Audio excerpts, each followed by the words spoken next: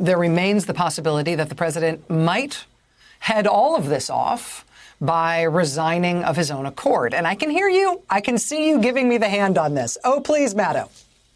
As if this guy feels no shame. He would never resign something for the good of the country. He's incapable.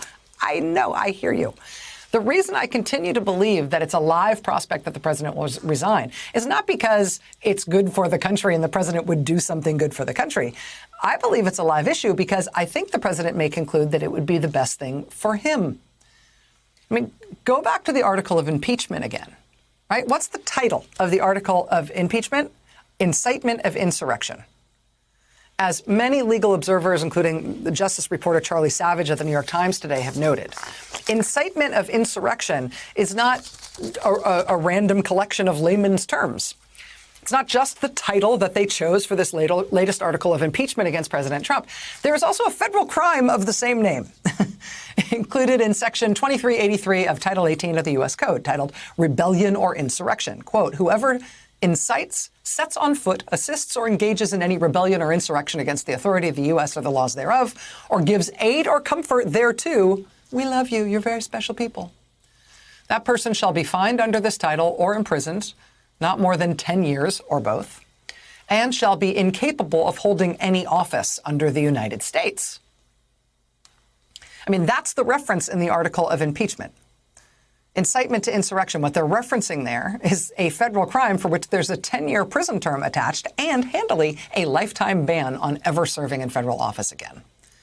Now, the president is already facing near certain impeachment for a second time. We will see how he responds to that. But if he wants to avoid even the possibility of a federal lifetime ban on holding office and a potential 10-year prison sentence because of his role in inciting the Capitol violence, which is something, as a layman, I can say he plainly did. Whether a judge or a jury would conclude the same thing, I think a lot of prosecutors would believe that they would have a pretty good case. The only way that he can avoid the prospect of that, for sure, is to get a federal pardon that would preclude any such charge. CNN is reporting tonight that both White House counsel Pat Cipollone and recently departed Attorney General William Barr have both advised President Trump that he shouldn't try to self-pardon. He shouldn't try to issue a pardon to himself. It might backfire on him in the courts and actually make it more likely that he would face federal charges. But if he didn't want to test constitutional limits with potentially disastrous consequences, if instead he just wanted a different president to pardon him, well, he can't count on Joe Biden for that.